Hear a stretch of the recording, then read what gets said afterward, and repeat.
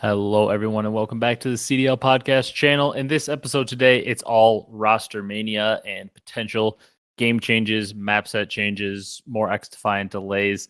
Probably going to be a shorter episode as we just talk about those and gear up to recharge for about 10 plus straight weeks of matches starting next week. We really get into the groove of things and really start rolling here on the home stretch of the CDL season. So if you guys enjoy this one, be sure to leave a like, comment, and subscribe on YouTube. If you're on the audio platforms, drop a follow, drop a 5-star review. We appreciate all the support as always. Without further ado, let's just jump right into this one. Brock, how you doing today? Oh, doing pretty good. And Monday in Wisconsin, snowing. Thought it would be, getting closer to that warmer weather, but it seems like we're not. Yeah, I thought it was supposed to be 70, and now all of a sudden we're supposed to get a foot of snow. Yep.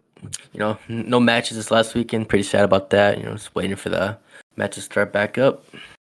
Yeah, I'm excited, especially because we finally, after this week of break that we've had, it pretty much goes into a COD nearly every weekend for the rest of the season from here on out once we start back up. That's what you're gonna want to hear. Yeah, I'm very, very, very excited for that because we have too many breaks this year. I mean, this break is understandable. I mean, the 1 week break is usually what they do between majors, but we don't even have that between major 3 and major 4. We get the action, then it's right back into the next weekend. Yep, you love that. Honestly, don't need that break. No, thankfully, I get why they sometimes need them, but we got too many already this year. Yep. All right, Brock, let's talk. I mean, let's talk. The big thing for the day is the roster moves. There are some confirmed, some rumored. We'll talk about both of them and kind of analyze our thoughts on those. First, I want to talk about a Gunless tweet that was from the other day. He is pretty upset, talking about how basically people, just because of friendships, are getting in the league, saying he's better than 90% of the ARs in the league. And they wouldn't, he said these ARs wouldn't even win an event in challengers, let alone the league. But I've done both. It's not even about skill anymore. Just all that, basically the friends you have. He used some colorful language for it. It's interesting because I can see it going both ways, and it's a little bit of a debate that they had on the flank as well that we'll touch on in just a little bit here that related to Assault and main AR players and why Octane and Zuma kind of had their thoughts as to why potentially those players stick in the league longer than other players. So Gunless is an anomaly to this though, because their argument was a lot of the main ARs that are older, Assault, stay in the league because the main AR role in the pro league is maybe the hardest role to learn and to perfect well, because you're responsible for so much of the map control and getting spawns and communication that a lot of the newer main ARs might screw that up, and it really messes up games for teams. And with the way the current CDL is set up, they don't have a lot of time to be messing up with how short it is. If you're not playing well right away, you can easily miss out on qualifying for champs, and obviously that's the end goal. If you're not qualifying for champs, you're going to consider it a failed year. Yep. But Gunless doesn't fit into this because he's not a brand new AR. He's not some player that doesn't have communication skills or experience or know what to do, and you can trust him right away. He's a veteran player with high gun skills, so he kind of doesn't really fit into this. And we had seen that he was potentially going to get trialed for Rokkr, and you and I were texting about, we were excited about that because we both love Gunless, and we both also, being the team that's really closest to us, we both kind of do like Rokkr. They're a team that we root for a lot of times. Yep. And I'm just very sad to see they're not going with him. We'll talk about their roster moves later. There is one that we do feel like the flex player they picked up, we do feel like is a good pickup. Yep. But I don't know. It just is sad because I do feel like Gunless is such a high ceiling and player that he's had 2 chapters of his career, right? Early on, World War II, IW, those games. He was incredible. One of the best players in the game. Really, IW, World War II, and BO4, that stretch of 3 games, you could say he was top 5 to top 3 to top 1 at any point in all 3 of those games for a pretty good stretch of time. Yep. But attitude issues, being maybe young, a little hot-headed, kind of affected him in those titles. And obviously he talks about how he regrets that. And then go into the second half, the second chapter of his career, MW gets benched, unfortunately, on the Huntsman. Cold War, gets put in a bad situation on the Surge into Vanguard. He just had the issues with LAG, the health issues that kind of took him out. So he's overall self-inflicted wounds early on with maybe attitude issues, being a bad teammate. And then the second half of his career, when he has all those attitude issues fixed and adjusted, and people are saying he's a great teammate, of course he gets hit with health issues. Yeah. So he hasn't been able to catch a break. Yeah, it's just kind of unfortunate for him, but I would take a risk on him since he is, like you said, a high ceiling player compared to some of these players that they do pick up instead of gunless. Well, and any issues he's had where he's been dropped from teams in the past, unrelated to his health issue, which once again, something out of his control, not gameplay or teammate related. All of his issues are from years and years and years ago, and they were all attitude related. There was never a person who had a problem with Gunless's gameplay. It was never that. All of his drops are when he benched himself way back in the past. That was all due to just like self-inflicted wounds with just being a bad teammate, having a bad attitude, being a hard person to work with. It was never an issue of skill and whether he was good enough or not. It's never been an issue with Gunless, his skill. Never the gameplay, just the outside stuff. Which is sad. I really hope we get to see him on a roster because we're going to talk about the rumors. And I'm not going to lie, Brock, he would fit absolutely perfectly on two teams that are fighting for champ spots. One team, roles-wise doesn't really work out, and I like the player that he would take the role for. So I don't want to see him inserted onto that team. But there are two teams sitting out there that he would absolutely fit on perfectly. Yep. And we'll talk about those teams later, but get this guy in the league. I'm sick of it. And he's right. It is a lot about friendships. He maybe has burned some bridges. Unfortunately, a lot of things in life, especially in the workforce, aren't necessarily about how good you are or how much merit you have. A lot of times it does come down to relationships, which is an unfortunate but true reality. Yeah. Fully agree with that statement there. So it's an unfortunate thing, and he may have burned some bridges with some of the current pros that he came up with because, like you said, he was a bit of an attitude issue player and maybe a bad teammate at times in the past. So he may have unfortunately burned some bridges that people aren't ready to get over. Don't know if that's the case, but it is super unfortunate if that is the case because obviously, like you said, he's changed a lot. But sometimes people can't get over those burned bridges, which is why networking is so important in a lot of things. Yep. All right. Let's talk some of these roster changes. The first thing I wanted to touch on was, like I mentioned, the Exceed and Scrappy. They got into a pretty heated argument on the flank about players' chances in the CDL. Exceed was basically saying, like, I keep winning in challengers. Like, when am I going to get my second chance? And Scrappy was like, you've had 50 chances already. And, like, you basically gotten destroyed every time you got in the league. And you know how Scrappy is. Like, if you're not dropping 1.3 every map, he thinks you suck because, Scrappy is an incredible player. And, like, they were basically in an argument that, like, Scrappy's like, well, you got your chances. You didn't take advantage of them. You were in the league in MW19. You were in the league last year, and both times you were getting slammed. It's basically what he was saying.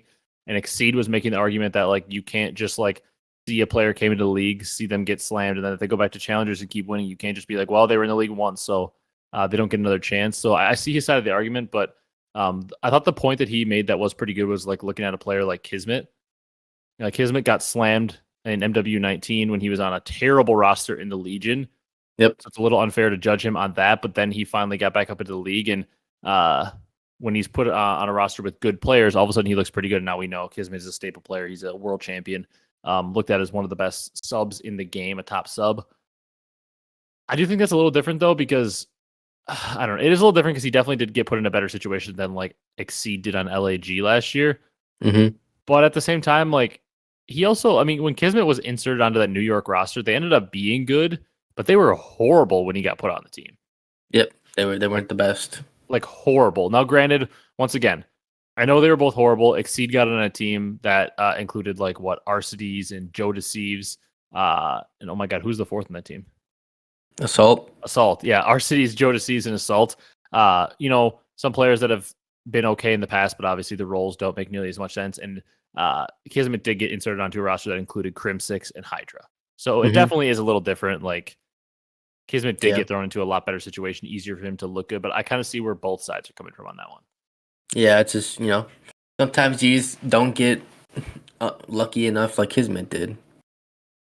Yeah, but, like, it's such a weird conversation, too, because that, like, saying that, like, Kismet gets lucky is, like, discounting his like, overall gameplay. Yeah, and, like, it's not like Kismet just, like, lucked onto a good team and was like, oh, Kismet got a good team, so now he looks good. Like, Kismet also took advantage of that opportunity of getting to play with good players, and he excelled and played extremely well. Yeah. So I guess it's not more like he got lucky to be in it, more like you just got to make the most of your chance. And like Exceed did get thrown onto a failing roster twice, so I do see where he's coming from, and he's obviously frustrated because he wants his chance in the league, understandably so. Mm-hmm. But I also think Scrappy has maybe a hard time understanding where these players are coming from because like a lot of them are like, well, I'm only going to get my one chance, and like Scrappy's like, well, just take advantage of it, and it's like, well, what Scrappy doesn't realize maybe is like he is in a unique position, and once again, it's because of his skill. But Mm-hmm. like Scrap's in a unique position because like he is a top tier MVP level talent that is going to fry on whatever team he's on, and he's just that good.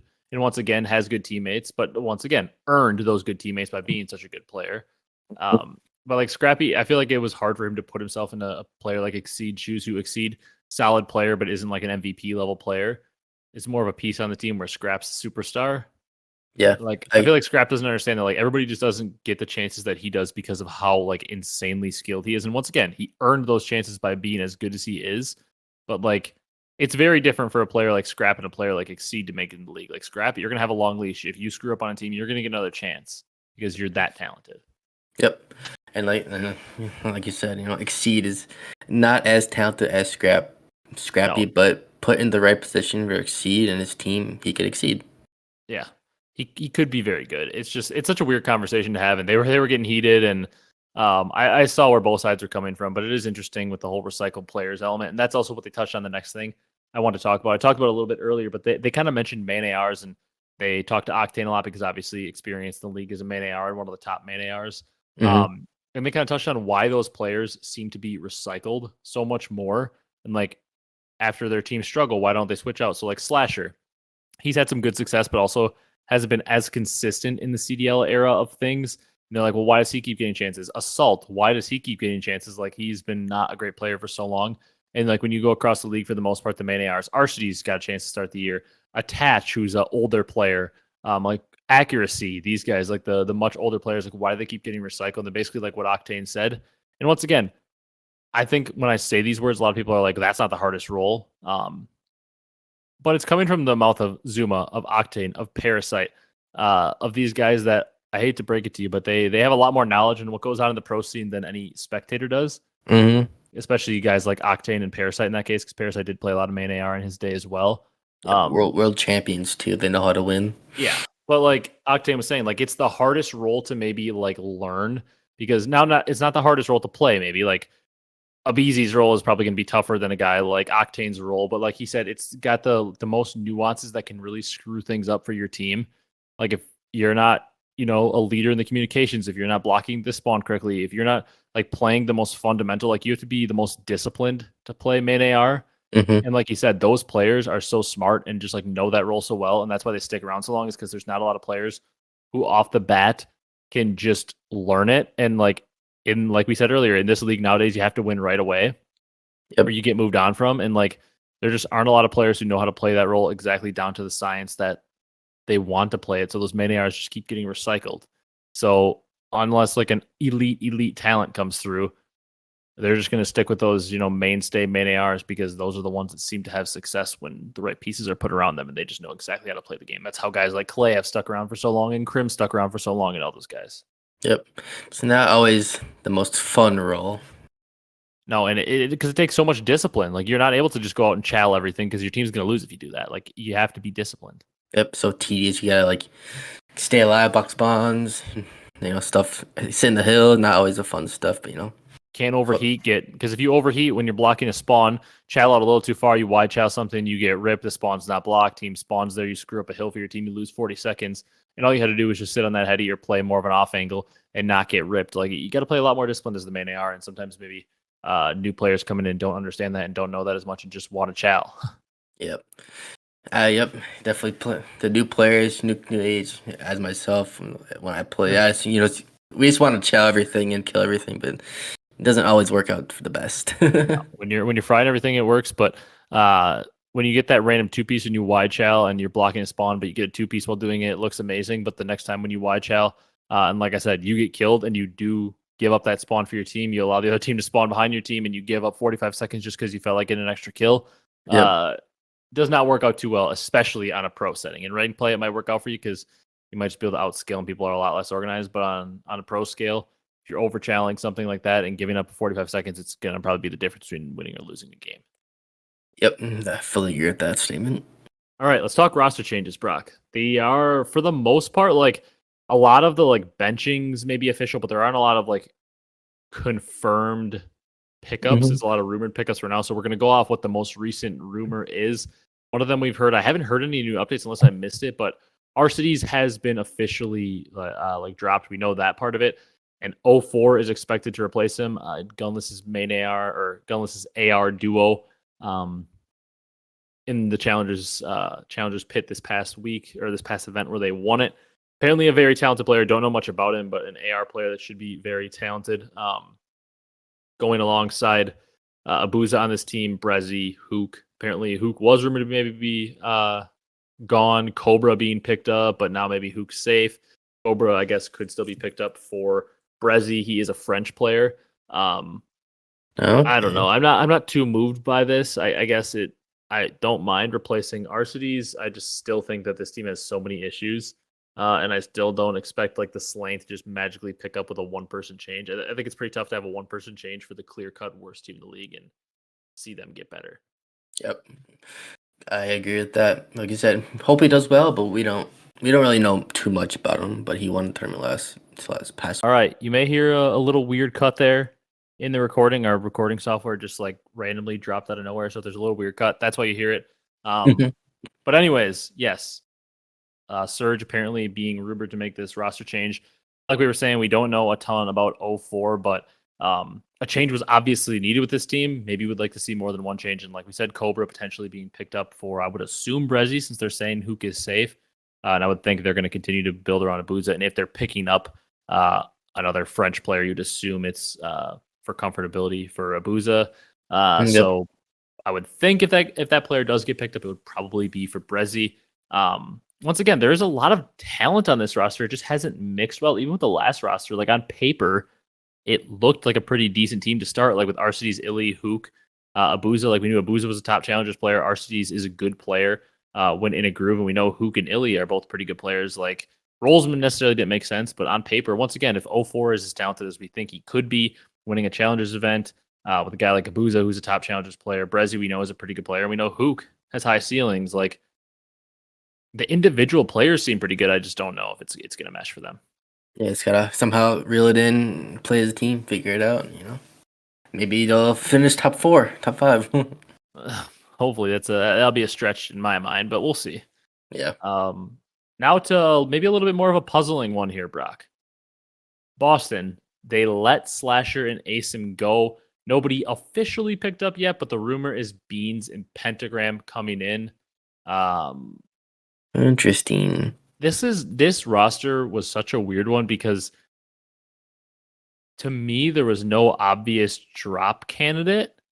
Yeah. Like Slasher has overall played pretty well this year and is such a mainstay. Priesta has been up and down, but that's kind of what Priesta is. And like I feel like they were trusting him, and it's hard to drop a guy like him midseason because you know all he does for a team. Asim had, to my mind, basically been their best player this stage for the most part, or has been pretty darn good this stage, and was also the replacement player. So like he was getting comfortable on the team. And Snoopy, as much as I really think he's been kind of overrated and hasn't been playing that great this year, he's been making a lot of mistakes on the map. I believe that Boston thinks he's like their future, so he seems pretty safe as well. So it was tough to see where they were going to go. I'm not gonna lie, I thought Priesta might be the guy to go. So it's hard for me to like super criticize because I don't know what else, like what changes I would make because it's hard to drop any of those players I listed. Yeah. But Slasher and Asim both being let go, especially for Beans and Pentagram, is very interesting to me because I feel like you're trying to mold a young player like Snoopy into a star, and now you're kind of left with like Pentagram, who's never really been in the league before, Beans, who's only in for a short time, and also we know Beans maybe not the best communication. Unless he's improved that, and then Priesta, who like somebody like Octane on the flank had said, who's teamed with him, that Priesta is not necessarily the most vocal leader. So kind of an odd roster change. Yeah.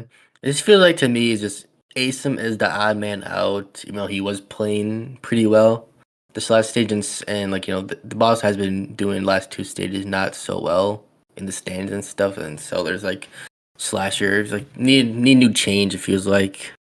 And so what it sounds like, Doug wouldn't officially say it, but Octane like kind of said it, and Doug like was like, maybe that's what it is. It sounds like Asim and Slasher wanted Snoopy gone, but the Really. organization was like, well, Snoopy's our guy, we're not getting rid of him, so they got rid of those two. And Doug was like, sounds like Doug might have some influence on the roster because they also got rid of Josh as the assistant coach, Mm-hmm. former EU player, like a second at champs a while back, like a good smart player back in his day. They got rid of him as assistant coach, and it sounds like Doug has some pretty big influence on what happens in that camp, just based on his history, and they trust him. It sounds like he also was pounding the table for Snoopy to stay because we know Doug loves Snoopy. Yeah. But it sounds like from what Octane was deciphering and Zuma, it sounds like not confirmed, but that sounds like what was maybe happening is that Slasher and Asim wanted Snoopy out. As we hear in the listen, Snoopy's basically dead silent. He might be going on rogue plays, but he's not even letting his team know what he's doing, so it's hard to play off him. Yeah. Um, Just kind of hinders the team in a way. yeah, even though he has all that talent, like he's maybe not harnessing it to the best of his abilities. But it sounds like Slasher and Asim maybe did want him gone to pick up somebody else, and the organization disagreed, and they want him to be their franchise player, so they dropped those two. Mhm. I just don't think their communication gets any better. I think Slasher and Asim are both players that have very good communication. I don't know too much about Pentagram, but he is a newer player in terms of the CDL. Has been playing challengers for a long time. And then Beans, we know from last year, it was a lot of dead callouts. Yep. And who knows? I Screaming feel like dead. Beans could have good communications, but I don't think people would put him on the level of Slasher. So I don't know. I feel like the comms get worse. Gun skill wise, I don't know. Pentagram is supposed to be very good, but I don't know that he's head and shoulders better than Asim. And same thing with Beans. Like Beans can shoot straight, but I don't know that I trust him as a much better player than Slasher. So to me, maybe they just need fresh blood in there, and it'll help if Hmm. the team chemistry wasn't that great. But to me, I don't know. I don't see. I could see them maybe getting a little better just because it's hard to get worse. They're dead last in the standings, but I don't see this as some like world breaking move where I think Boston is going to leap up the standings with it. Yeah. Just like you said, fresh blood. I think they need new change, and they're rolling with the Beans, Pentagram, and Priest, and Snoopy. But I will say, if they do end up, not having another good stage, and they're still, they're out of champs at this point. They got to put Doug in for the trolls. They have to at that point. Unretire him if they're out of. Yeah, I agree. If they're completely eliminated by the last stage, just for the memes, put Yep. Doug in. It'll give them more publicity, That more would be really views and stuff. Yeah. All right, next roster move, Brock. One that I have mixed feelings on. Actually, let's talk about an easier one first. One of Yep. the first moves made. This one's actually confirmed. Joe Deceives is in for Afro on LAT. Yep. Like it. I like it. I once again, I don't know that this like makes them like oh my god, LAT is like an amazing team now. They were improving last stage and then just bottomed out on land, which was still one of the weirdest things ever because they like should have beaten Atlanta Faze, who looked Hmm. untouchable the rest of the weekend, and then they just like lost to LAG. It still makes no sense in my mind, but Jodeci's in for Afro. I like it because Afro really was truly their worst player, like undoubtedly, even though he has flashes. And I think Jodeci's has some talent. So, if he can bring a little bit more consistency to that role in place of Afro, I think LA Thieves could just like tick that much up and they could maintain like a fifth/sixth spot, which right now is pretty much all you're vying for. Is one of Hmm. those teams not in the top four, but I don't mind it. I just don't know that they're going to see like some massive improvement just off one player. But I do like Joe Deceives. We've liked him for a while other people Yep. don't. Just a little bit of an upgrade from Afro, but so like you said, Jodeci has that pop off moment like we both saw in Madison last Yeah, year. he was going crazy. We like jokingly with our friends call him Madison Joe or Wisconsin Joe because he went absolutely crazy when Rokkr had that home series in Madison, Wisconsin. He was going crazy. He had like a 50 bomb, I think, one map. Yeah, he dropped like Close to it. double 40s in hardpoint and control. Yeah, he was going crazy. Yeah, so Last year in LAG. yep, I like the move, and is this for Afro? Just unfortunate he can't just struggling still and stuff. Yeah, it is unfortunate. All right, Brock, let's talk about Rokkr. Let's do it. Interesting one here. They drop Wake. So we've been saying that's Valid. probably a thing that needs to happen for a while. But they're the one team. Usually I'm not the biggest fan of one-man roster changes, especially when like there's a lot wrong with your team. But to me, this was a one-man roster change and then you evaluate. Mm-hmm. Like this was a one-man change, and it was gunless, and it could be iLLeY, which is who they're replacing him with, but I just didn't know the situation and if iLLeY was going to start again, what was going on with the whole situation there. But to me, this was an obvious one-man change. I feel like Linz has been very good in his role. He's like seems to be like a budding star. Accuracy, you figure they weren't going to make a change on the main AR role. He's actually been playing very well this year as well for what his role is. And I think Vivid's actually been playing very well as, an aggressive sub, a third AR, just, high engagements, high gun skill, like a good player. The guy who's been letting him down is Wake. Wake's role is to be a slaying AR on the team, and he hasn't been slaying.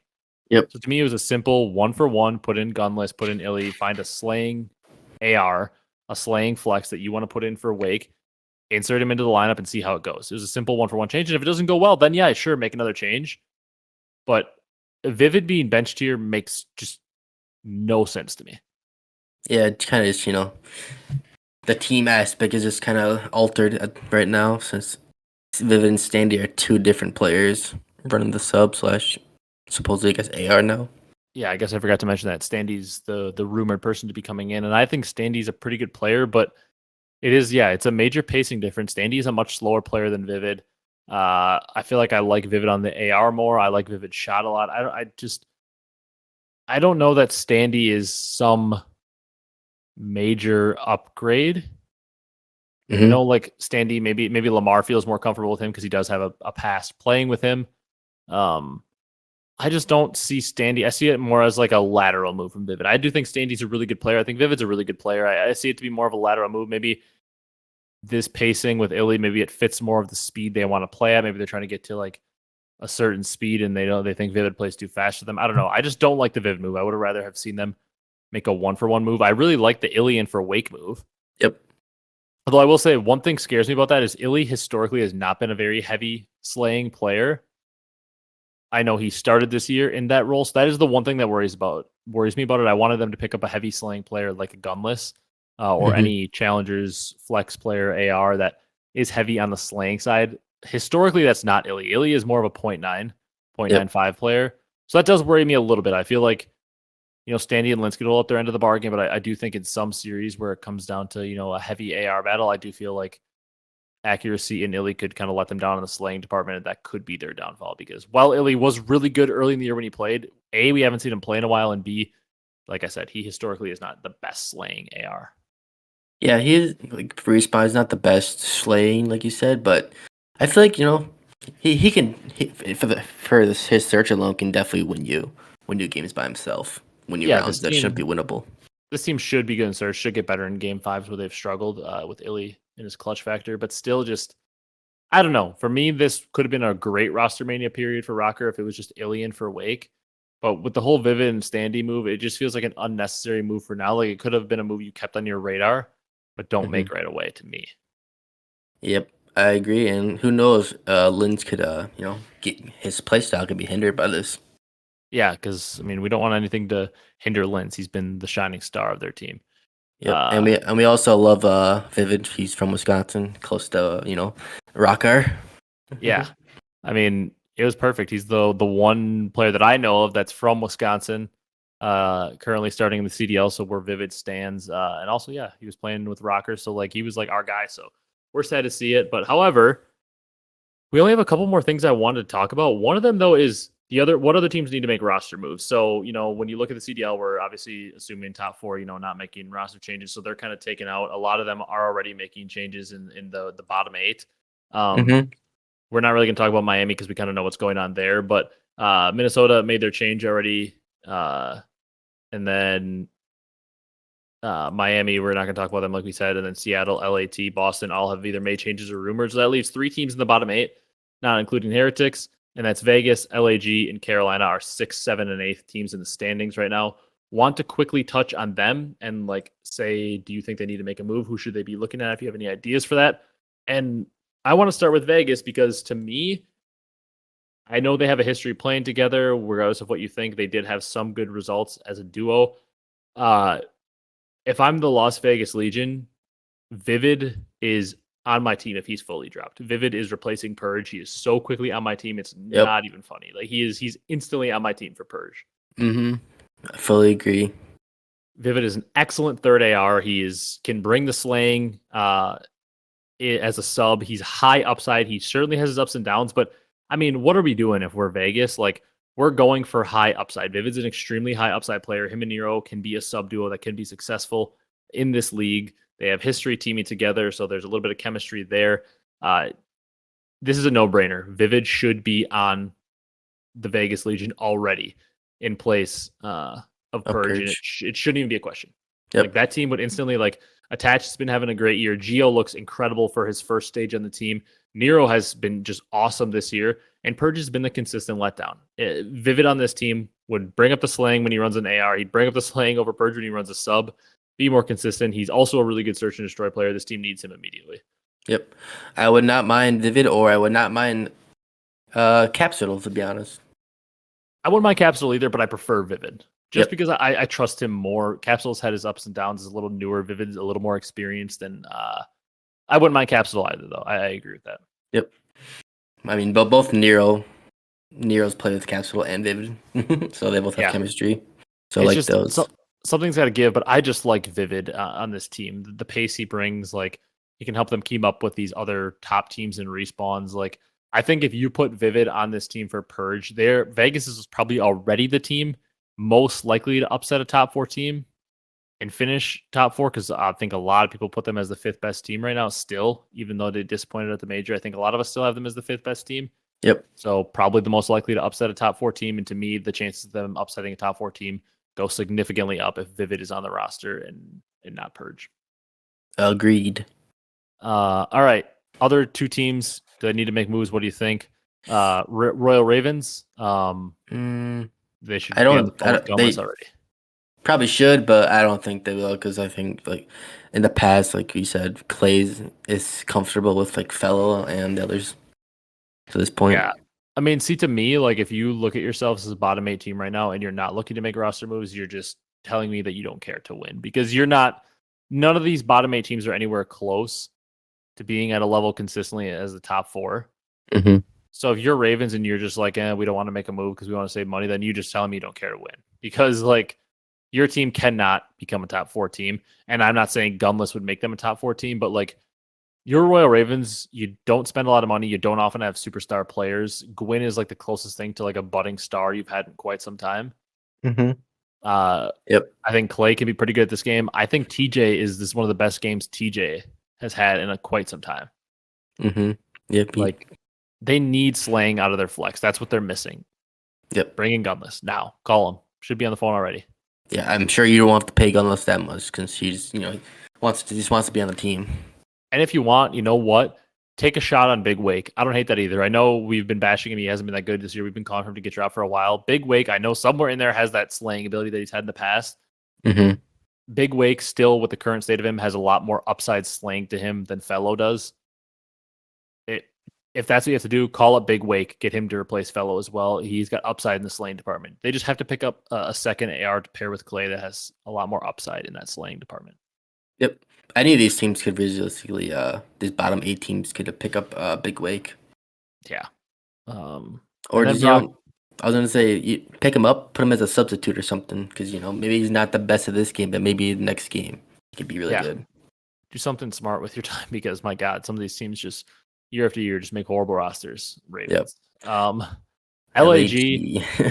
Once again, Brock, say his name again. Gunless. Like, Gunless, but LAG, I don't know what they're doing. Doubt they're going to make a change. Or bring in Flames, because we heard he's an AR that's a duo with Estriel. Just like something like that. Some AR that can slay in for Assault. Bring in Gunless. Like, I would like more of a veteran like a Gunless to come in and be a main AR for this team, because you've got players like DC, like Fame, like Estriel with maybe a little bit less experience. So bringing Gunless, a veteran AR, because I do think, once again, LAG finished top 6 of this event, back-to-back top 6s for them. They've been pretty good on LAN, and it seems to be a common denominator. Like, those 3 end up playing really well, and Assault is just getting dragged along.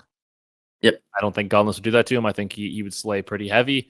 I think he would be a good addition to this team. He'd raise their ceiling in respawn.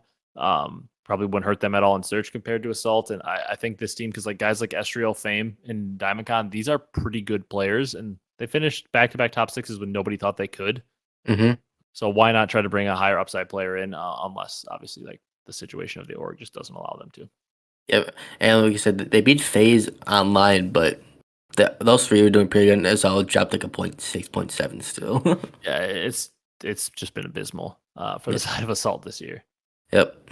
And then couple more things to talk about. I mean, we can mention it quick. X Defiant was delayed again. I don't even have anything to say about that. The game was supposed to release like I feel like a year and a half ago. Yeah.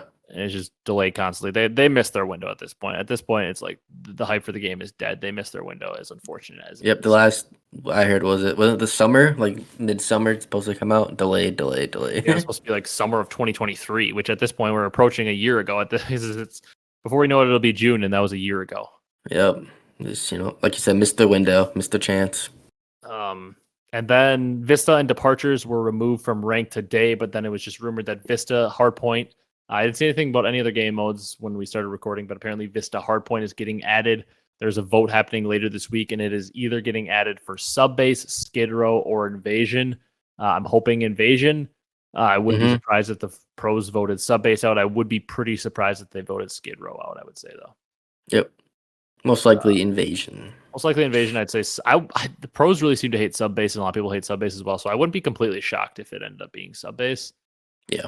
Because I actually, even like on the flank, I've heard some pros express that they would much rather have sub base out than Invasion. So I won't be shocked if that happens. Yep. Um, when we played them, Departure is just way too big. It's just not Yep. a map made for comp. But I thought Vista was super fun. It's small, and I want some more maps like that. I thought it was pretty fun overall. That one, the P5 though, it's like the hill is like the entire. It reminds me of that hill in IW that was on the bridge. Entire bar. Oh, It's like the bridge. Yep. yeah, it's like the upper part of the bridge, the rocks on the side of the bridge that you can like stair glitch, and then the bottom part of the bridge. It's too big. Either pick the bottom or the top for the hill. Yep. It can't be both levels. It reminds me a lot of that. I don't know if you remember. It's on Throwback. It was on the map with like the bowling alley and the baseball field. I know you didn't play a lot of IW, but it reminds me a lot of that bridge that was on the same side of the Oh, map. yep. I remember that. It's a Yep. lot like that hill in IW. It just reminds me of that, except the one in IW, I'm pretty sure was just the bottom of the bridge was in. Yep. I actually maybe I do remember playing that map a little bit here and there. Yeah. All right. Then last thing, Brock, I just wanted to really quickly just like randomly spew out what our power rankings are, where we have the teams ranked. I'm not going to go into much detail. I just want to like 1 through 12, just go down the list. I'll mention mine quick. You can mention yours quick. Yep. After the rumored rosters, obviously, like a couple teams, we have no rumored changes, but where you kind of view them falling into place after rumored roster changes, for me, I've got Atlanta 1, Optic 2, Ultra 3, NYSL 4. And once again, that top 4, if you have NYSL up at 2, if you have Atlanta 1, I don't care what order you put the next 3 in. I'll Yep. agree with you. It's fine. Like Yep. for me right now, I just have it Optic, Ultra, NYSL. But if you want NYSL, Ultra, Optic, I'm good with that. Anywhere you put those next 3, I think Atlanta has to be 1. And then any way you put those next 3, it's whatever. Agreed. I Uh, also have the top 4, same as you. Yeah. And then for my 4 through 12, I think this is where, once again, or 5 through 12, it kind of just gets jumbled. I have Vegas, Rokkr, LAT, Carolina, Boston, LAG, Miami, Seattle, because for me, Vegas, I still think they're the 5th best team. Rokkr, I like the roster changes a little more than I like the LAT, and I just feel like Rokkr had a weird last stage. I like them a little more than LAT right now, but I don't care if you have LAT ahead of them. I still put Carolina at 8 because I like them on LAN. Yep. Boston at 9 because I still like the team, but it's just a weird roster now. LAG 10 because they suck, but frankly, they at least can play on land. And Miami and Seattle have just been horrible. So I put Miami 11, Seattle 12. I had my 5 through 12. I had the same as you for the first 3: Vegas, Minnesota, LAT, and we actually had Ravens the same as well. Like you said, for the fact that they're really good on land, but not online. Yeah. And then I put Miami 9th, hoping the rumor Real is supposed to be coming in. He's supposed to be a really talented player for them. Hopefully improves them. Boston 10, because they're not worse than Seattle or LAG to my knowledge. With the players they have. Yeah. Then Seattle 11 and LAG round out 12 because they're most likely not going to make a change or do anything because circumstances over there. Yeah. I don't mind it. It's once again the one through 4. It's like put Atlanta 1, order the next 3 any way you want, and I'm gonna be okay with it. And then like pretty much just have Vegas, Rokkr, and LAT as your 5 through 7. in whatever order you want, and then the last 5 like mix them up however you want. And unless you like put Seattle or Miami really high, I'm probably gonna disagree with it. But like it's pretty much in groups. Like Atlanta 1, the next to the top 4, put them in whatever order. Those next 3, Vegas, Rokkr, LAT, put them in whatever order, and then jumble up the bottom 5 however you want. It's probably gonna be okay. All right. You got anything else before we wrap it up? Oh no, might have lost Brock. Well, Oh, I'm back. Oh, I'm you're here. back. Yeah, I was about to say I'm our here. recording software is screwing up, but you got anything else, Brock, before we? No, I was just gonna say excited to play some rank play here in a little bit, and waiting for these matches to start back up, and get the show on the road. Yeah, I'm excited for them to start back up too. I wish they were this weekend, but they'll be next weekend. So we'll be back next week with predictions for those matches. Excited to jump into that. We were potentially gonna do a player tier list today, but it's just taking too long for Mhm. these roster changes to come through. That there are like 8 players we might put on the list that aren't even playing. Yeah, just Um, so much going on. yeah, so it's tough to really throw a list together, a tier list, when so many players are changing in and out. It's kind of pointless to put 8 players that aren't even going to be playing next stage on a tier list. So that got a little jumbled with the crazy roster mania this stage, but I wonder if it'll be different next stage. But if you guys enjoy this one, be sure to leave a like, comment, and subscribe on YouTube. If you're on the audio platforms, drop a follow, drop a 5-star review. We appreciate all the support. As always, thank you guys so much for watching, and we will see you in the next one.